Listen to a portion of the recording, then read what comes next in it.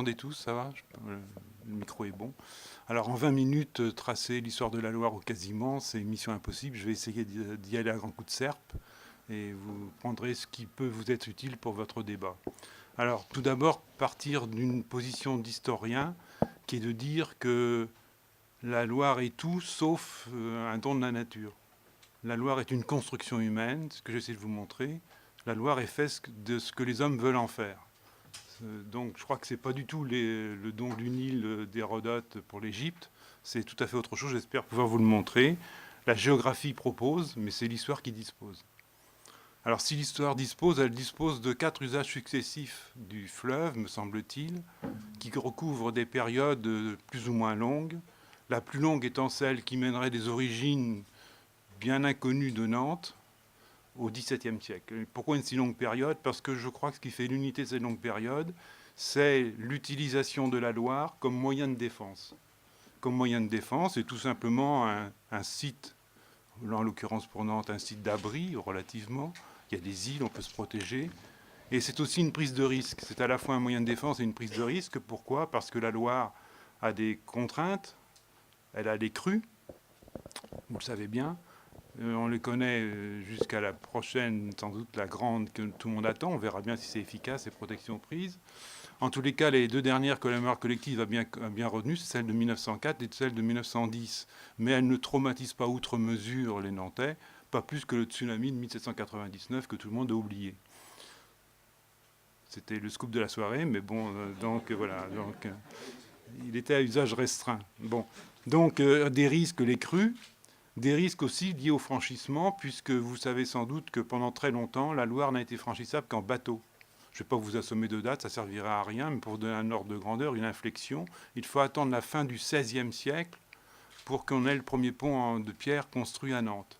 Donc c'est un franchissement difficile, qui est à la fois un facteur défensif, vous le voyez bien, on est protégé, par le sud au moins, et parce que la ville se construit essentiellement au nord, mais en même temps, il y a une contrainte de franchissement. Troisième contrainte et moyen de défense ou prise de risque, c'est que la Loire est un axe d'invasion. Je ne vais pas vous faire une histoire des invasions sur la Loire, ce serait sans intérêt, mais simplement rappeler qu'au Xe siècle, il y a des Vikings qui sont installés à Nantes et qui sont installés depuis pratiquement un siècle. Donc il y a bien là une présence dans les îles en particulier d'une population qui est considérée à l'époque comme entre guillemets barbare, en tous les cas qui va construire le mythe du breton Alain Barbetorte qui va délivrer donc la ville de ces affreux barbares et qui va nettoyer la cathédrale de Nantes des mauvaises herbes à coups de faucilles. Bon, ça fait partie de la légende plus ou moins vérifiée de la chronique de Nantes. Alors dans ce cadre très long que je viens de tresser, qui vous voyez effectivement est pas très précis, à quoi sert la Loire? Elle sert de protection, on le voit bien. La trace que l'on en a aujourd'hui, c'est le château des Ducs. Je pense que vous savez tous qu'effectivement le premier château était riverain de la Loire. C'est sa seule raison d'être quand il est pour le premier château. Il est là parce que c'est un site défensif, donc c'est bien évidemment un site défensif. Deuxième usage de la Loire qu'on va retrouver tout au long de son histoire, jusqu'à encore quelques temps, parce que je crois qu'aujourd'hui ça a complètement disparu, c'est le commerce, un commerce donc de cabotage principalement, au moins jusqu'au XVIIe siècle. C'est-à-dire que durant cette période, les Nantais ne maîtrisent pas la voie atlantique, ne maîtrisent pas la voie maritime. Ce sont les étrangers qui viennent à Nantes et qui vont être responsables de cette ouverture donc vers la mer. En particulier les Espagnols, dont une famille très célèbre qui a laissé des noms à Nantes, les Ruisses, qui vont dominer le commerce nantais au XVIe siècle. Et puis, à partir du XVIIe siècle, les Hollandais, vous connaissez tous la place de la Petite Hollande, c'est pas pour rien. Donc, on a plutôt des Nantais relativement timorés dans leur approche au fleuve, leur rapport au fleuve, et des Nantais donc qui, finalement, jouent sur une prise de risque assez mineure d'une certaine façon, mais en même temps qui considèrent bien le fleuve d'abord comme un moyen de défense. Tout change au XVIIe siècle. Tout change au XVIIe siècle. Pourquoi? Parce que les Nantais découvrent la voie atlantique, c'est-à-dire la voie des Antilles. La voie des Antilles, le premier bateau nantais qui irait aux Antilles, arriverait aux Antilles en 1729. Peu importe la précision, ce qui compte, c'est que les Nantais sont parmi les premiers arrivés aux Antilles, essentiellement Saint-Domingue, pour la grande île des Antilles pour les Nantais. Et cette installation à Saint-Domingue va, vous savez bien, déclencher ce qui va être le point capital de l'histoire nantaise depuis le XVIIe siècle, c'est la traite des Noirs. Je crois il y a un avant la traite à Nantes et il y a un après la traite des Noirs. Il y a une centralité de la traite dans l'histoire de Nantes, je crois qu'on ne le dit jamais assez. Tout change à partir du moment où les armateurs nantais arment pour aller chercher des esclaves sur les côtes d'Afrique, pour les transférer sur les plantations aux Antilles et pour ramener des Antilles de l'or, de l'or blanc, du sucre si vous préférez, je me rattrape comme je peux, et donc du sucre, du coton, de l'indigo, du cacao, mais essentiellement du sucre. Et c'est l'âge d'or de Nantes. Je crois que ce qu'il faut bien avoir en tête du point de vue historique, c'est que le XVIIIe siècle, le grand siècle nantais, l'âge d'or de Nantes, c'est l'âge du commerce du bois d'ébène, comme on disait, ou joliment dans la langue du XVIIe siècle, du commerce circuiteux. Donc on a là effectivement une accumulation de richesses tout à fait importante. Une grande bourgeoisie nantaise, une aristocratie nantaise, la noblesse aussi va s'y mettre, va se lancer dans ce commerce qui rapporte beaucoup, qui peut rapporter beaucoup, qui peut aussi faire perdre beaucoup d'argent, mais qui peut permettre aussi d'avoir de grandes fortunes. On en a encore des traces aujourd'hui dans quelques immeubles autour de l'île Feydeau, par exemple, ou des folies à la campagne qui ont été construites par les armateurs négriers. Donc, pendant cette époque, évidemment, la Loire, c'est l'apogée de la Loire. C'est l'apogée de la Loire. En gros, jusqu'à quand ? Jusqu'en 1830-1848, jusqu'à ce que l'esclavage ne soit supprimé et la traite, et qui fait que Nantes va se retrouver dans une position plus délicate du point de vue du commerce, puisque cet or noir, c'est-à-dire les esclaves noirs africains, ne seront plus à disposition, et donc la ville va devoir se reconvertir pour trouver d'autres activités. Ces autres activités vont être l'industrie. Il n'y a pas de relation directe entre l'accumulation du capital dans la traite des Noirs et la création des industries nantaises. Ce sont souvent des nouveaux débarqués à Nantes qui créent les industries, en particulier l'industrie agroalimentaire, les Amieux, les Cassegrains, les Sopiquet, ce sont des noms de famille, tout ça, on oublie ça aujourd'hui, arrivent vers 1840-1850 à Nantes et s'installent comme conserveurs et vont accumuler eux aussi de l'argent, mais il n'y a pas de relation forcément directe au niveau financier entre l'accumulation primitive par la traite des Noirs ou le commerce colonial et l'installation industrielle. Donc, troisième temps de la Loire, c'est cette rue industrielle dont on a des traces encore aujourd'hui, quand on part du Bas-Chantenay et qu'on va, je vais dire, jusqu'à au minimum, peut-être Saint-Nazaire, on pourrait parler de rue industrielle, qui se construit le long de la Loire, cet œcumène industriel, comme on dit de façon très pédante aujourd'hui, qui s'installe donc sur les berges de la Loire et qui va durer, au moins pour la partie nantaise, jusqu'en 1987, puisque je crois que là, la date est très précise du coup, c'est évidemment la fin du dernier chantier naval à Nantes. Mais entre-temps, dans cette période industrielle, la Loire est déjà concurrencée. Elle est concurrencée, on est bien rentré dans un autre monde en 1851, quand le concurrent direct de la Loire arrive à Nantes, c'est-à-dire le chemin de fer. Le chemin de fer bouleverse tout pour ce qui concerne l'intérêt de la Loire, dans la mesure où jusqu'à maintenant, jusqu'en 1851, jusqu'à l'arrivée du train à Nantes, on utilise la Loire comme un axe d'échange. Avec l'arrivée du train, on va quitter la vallée pour gagner les plateaux. On va venir en train de Paris à Nantes en 9h30, ce qui à l'époque est considérablement peu de temps, très peu de temps. C'est une révolution, c'est un raccourcissement de l'espace, mais c'est surtout un changement de l'hinterland nantais. L'hinterland nantais ne sera plus l'axe ligérien, mais va être un hinterland beaucoup plus multidirectionnel, vers la Bretagne, vers la Vendée, là où le chemin de fer peut aller. On est bien dans une logique de réseau, on est plus dans une logique d'axe à partir de l'arrivée du chemin de fer. Je crois que pour aujourd'hui, c'est encore des traces extrêmement importantes. Là, il y a une mutation fondamentale. Le chemin de fer, c'est un réseau, il y a des nœuds, il y a des étoiles, alors que la Loire était un axe, et donc un axe extrêmement limité. On peut dire que l'axe ligérien se meurt en même temps que la batellerie sur la Loire avec le chemin de fer, ou pratiquement. Même si les Nantais n'ont pas voulu le considérer comme tel, puisque le rêve de faire de Nantes le port de la Suisse perdure jusqu'en 1920 avec la création de l'association de la Loire navigable, mais ça fait partie des fantasmes extrêmement nombreux que la Loire a pu générer. Voilà pour la troisième partie, troisième moment de cette utilisation de la Loire. Alors, on peut dire depuis quatrième temps, peut-être aujourd'hui, qu'est-ce que le fleuve est devenu ou devient depuis la fin des chantiers. Alors, on pourrait dire que la fin de Dubigeon marque une étape indiscutable, c'est la naissance de ce que j'appellerais le territoire du vide, puisque, pour reprendre un historien bien connu, Alain Corbin, donc le territoire du vide dans la mesure où effectivement les bateaux à Nantes, depuis la fin des chantiers, on ne les voit plus. Hein. Je crois que définitivement le rêve de faire de Nantes un port de haute mer qui était réaffirmé, y compris jusqu'à l'inauguration du pont de Cheviré en 92, ce rêve est terminé. On le voit bien, il suffit de se promener le long des quais de la Loire. Alors qu'est-ce que ça devient? Alors aujourd'hui, il me semble que le fleuve est devenu un fleuve symbolique, un fleuve métaphorique, un fleuve qui a un capital culturel et un capital symbolique fort, et que les acteurs de la ville, en particulier les acteurs municipaux, ont très largement utilisé depuis 1989-90. Vous voyez bien à qui je pense. Donc on est rentré dans un référentiel maritime aujourd'hui pour vendre la ville, pour faire du marketing urbain, alors qu'on est dans un territoire du vide. Il y a une sorte de contradiction. On n'a jamais autant parlé de la mer et de la Loire à Nantes au moment où la Loire a ses quais qui sont plus ou moins désertés.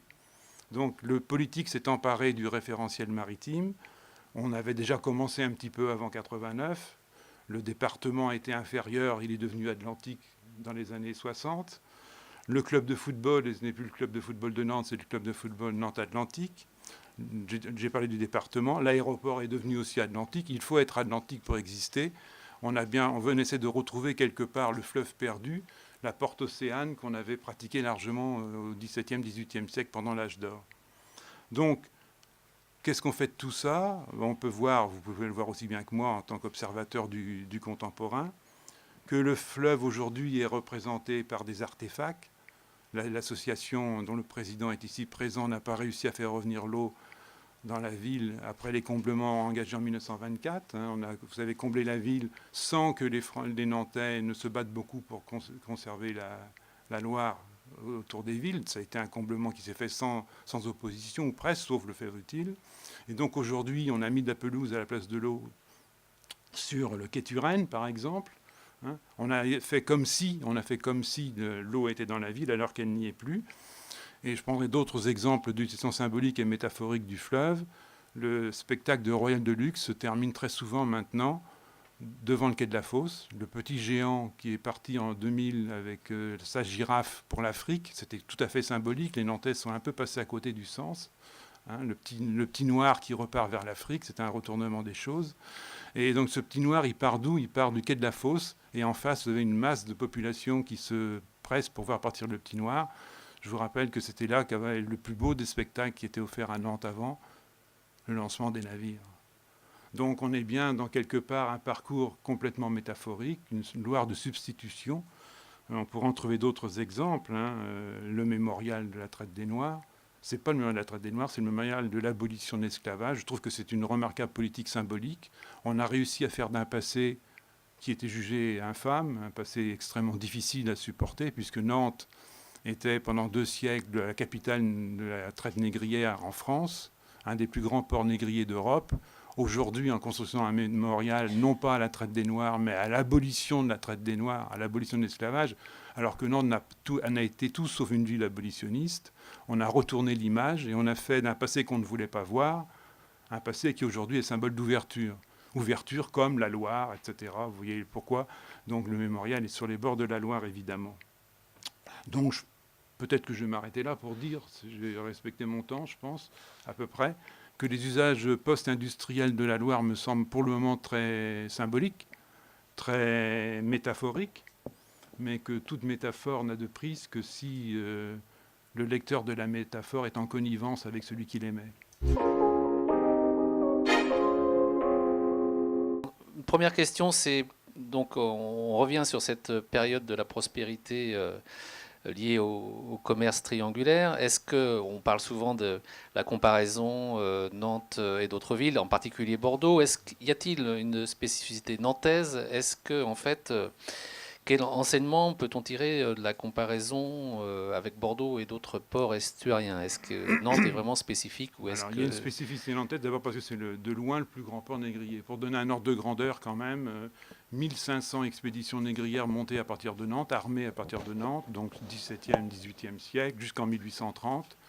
c'est considérable, hein, ça fait à peu près 550 000 esclaves déportés sur des bateaux nantais. C'est donc 25% en moyenne du trafic du port. Vous allez me dire, c'est pas beaucoup, c'est pas dominant, sauf que c'est les 25% qui permettent le reste du trafic. C'est parce qu'il y a les esclaves aux Antilles qu'il y a du sucre. Hein. Et Montesquieu disait que c'est pour ça qu'il n'était pas cher, le sucre, parce qu'il y avait les esclaves. Hein. Mais donc c'est bien parce qu'effectivement, il y a la traite négrière que le reste du commerce existe. Alors que, pour parler de Bordeaux, Bordeaux fait de la traite négrière, c'est le deuxième port négrier de France, en même temps que, dans la même époque à peu près que Nantes, mais c'est seulement 5% de son trafic portuaire et c'est à peu près 500 expéditions négrières. Donc en volume, c'est nettement en dessous.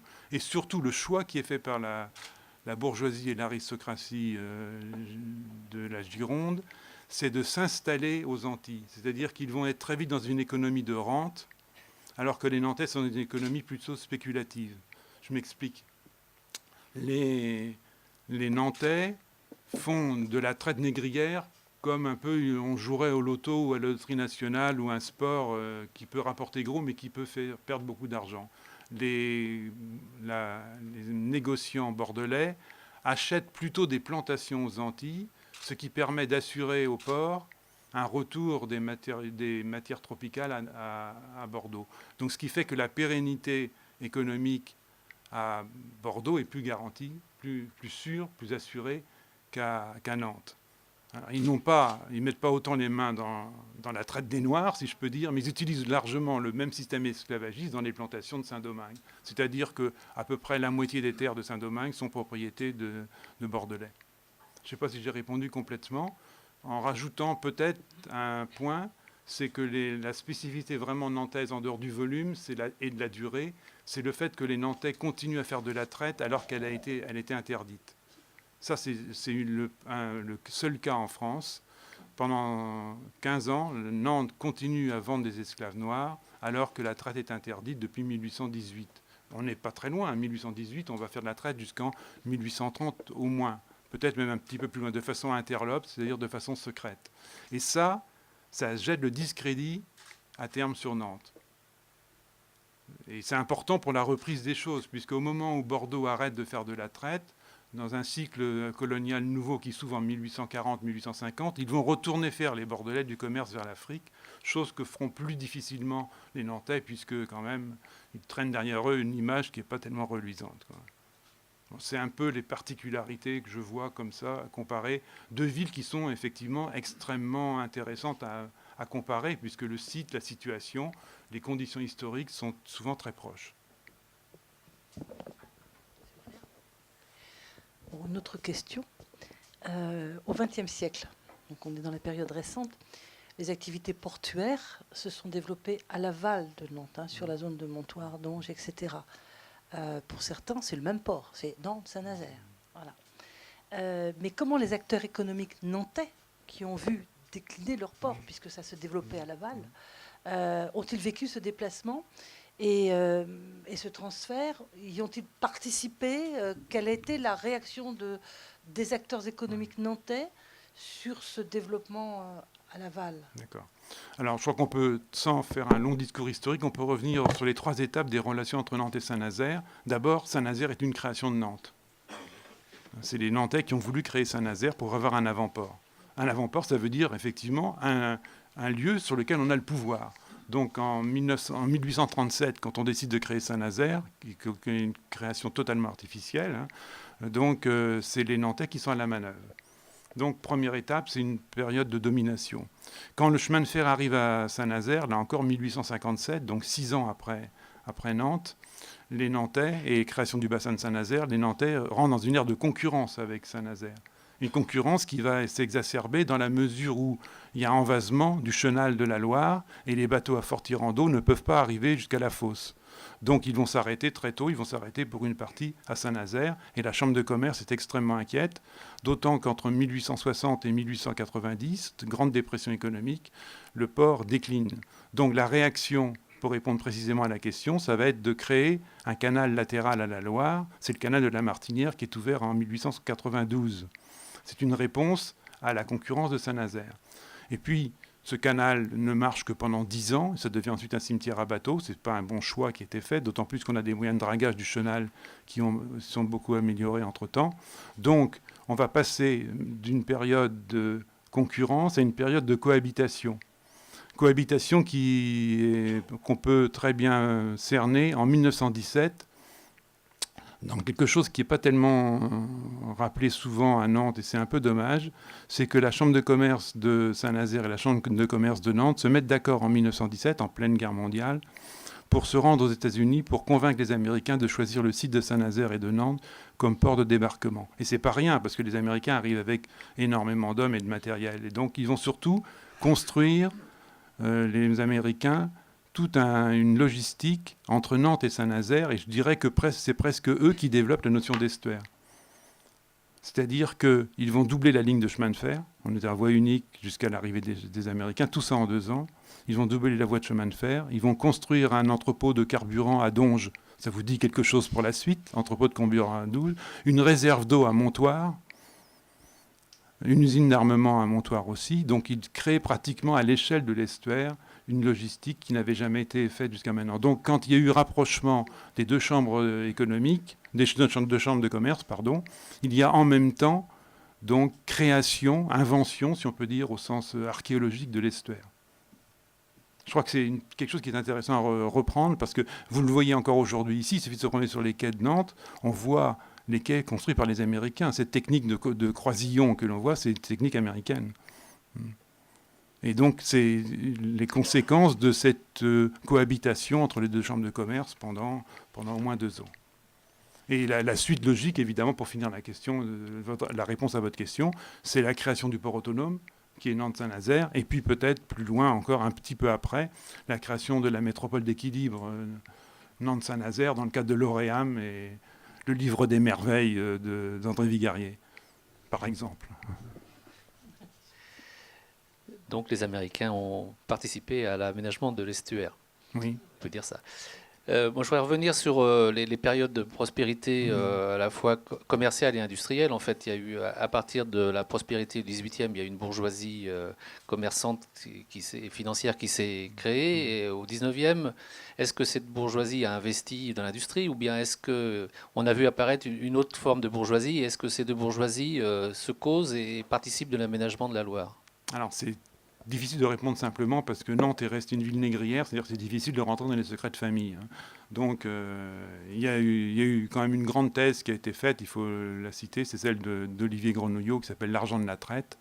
Et il a eu accès aux fichiers de la Banque de France, donc il a fait une belle thèse de doctorat sur laquelle il montre effectivement ce qu'est devenu l'argent accumulé dans le commerce triangulaire. Alors, il parle de cette bourgeoisie, mais aussi cette aristocratie. Il y a la noblesse participe aussi, avant la Révolution, à la traite des Noirs, puisqu'elle peut faire ce type de commerce sans déroger, sans perdre ses titres de noblesse. Tout autre travail est interdit, sauf celui-là. Et donc elle participe à ce travail, enfin si c'est du travail. Donc le capital accumulé va d'abord s'engager ou être investi dans la rente foncière. C'est quelque chose dont on ne parle pas souvent, mais les négriers vont construire ou faire construire ce qu'on appelle des folies, des petits, vous en connaissez quelques-unes à la Placelière, par exemple celle de Groux, par exemple, ou à Château-Thébault. Donc ces petits bâtiments qui sont dans le style XVIIIe siècle néoclassique sont entourés en général de grandes terres en pièces uniques, souvent des vignobles. On oublie souvent de parler de ça. Il y a un investissement, un retour quelque part, un investissement vers la terre. Aussi, dépense aussi vers les titres. On achète des charges à la monarchie avant la Révolution. Et puis, il y a le reste, c'est-à-dire l'industrie, quelquefois, dans des secteurs de pointe, la conserverie, quelquefois un petit peu, la construction navale à certains moments, mais aussi des activités qui restent très spéculatives. Grenouillot a suivi les familles négrières. Elles existent encore aujourd'hui à Nantes, donc, mais bon, on ne va pas les définir comme telles, mais ça n'aurait pas de sens. Mais il a suivi économiquement jusqu'en 1914, et on voit que la mentalité de spéculation, de faire un coup, d'essayer de gagner de l'argent très vite sur une opération, perdure jusqu'en 1914, et on peut les repérer, certains, à cette espèce d'héritage culturel qui est transmis dans la famille pour aller vers ce genre de situation. Ce n'est pas forcément favorable d'ailleurs à l'économie locale, parce que ça crée une instabilité relative au niveau financier.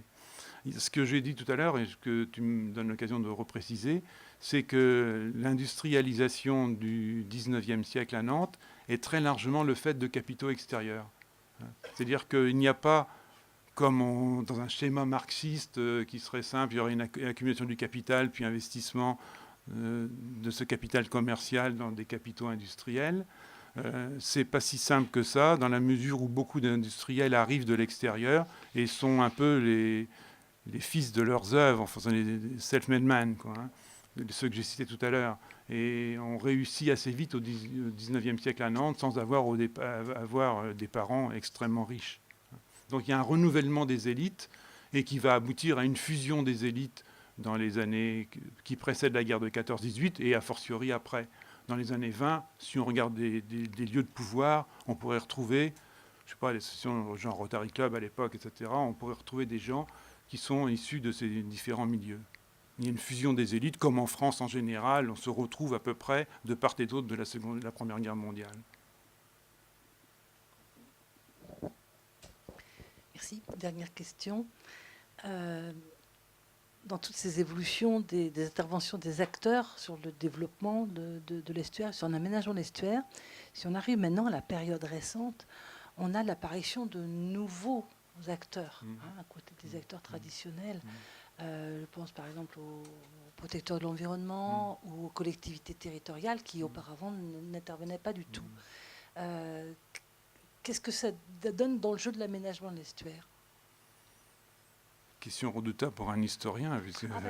C'est la lignée. Oui, c'est la lignée. Alors peut-être de dire que les choses ont changé d'échelle, c'est-à-dire que c'est peut-être la réponse que je pourrais faire sans dire trop de bêtises et sans aller vers la prospective, ce que je ne ferai jamais comme historien, évidemment. On n'aime pas trop le futur, nous. Hein. Donc peut-être de dire qu'on a changé d'échelle, c'est-à-dire qu'effectivement, les problématiques se posent, je crois, nettement au niveau de l'estuaire, et non plus même peut-être de simplement l'agglomération. Et donc, les acteurs de l'environnement sont maintenant contraints d'agir à ce niveau-là. Je parlais tout à l'heure des Américains, ils ont effectivement, je crois, très largement contribué à promouvoir l'échelle de l'estuaire. D'ailleurs, le mot estuaire lui-même n'est pas utilisé avant le XXe siècle. On parle de l'embouchure, on parle du bas de la rivière, encore un peu avant, mais on ne parle pas d'estuaire. C'est un concept qui apparaît relativement récemment et qui montre bien, si c'est un concept qui apparaît, c'est que la réalité est quelque part en train de se créer derrière. Et c'est peut-être à ce niveau-là qu'on peut voir une mutation dans les apparitions d'acteurs de l'environnement. Si je prends l'exemple des grands combats qui ont été menés dans l'estuaire, c'est par exemple la centrale du Carnet. Elle est posée très clairement du côté de l'estuaire. Elle n'est pas posée en termes d'agglomération nantaise ou nazérienne. C'est bien au niveau de l'estuaire que le débat est posé. Quand on parle du nuage toxique chez Kuhlmann, c'est aussi assez largement la problématique de l'estuaire qui est posée. Alors donc, il me semble peut-être qu'il y a un décalage, je ne sais pas si c'est possible de dire ça, entre les acteurs institutionnels à leur niveau d'échelle et peut-être les acteurs environnementaux qui n'agissent pas forcément à ce même niveau-là. C'est possible. Je ne sais pas si je suis clair. Bon. Bien, merci Didier. Voilà, nous avons respecté le timing avec beaucoup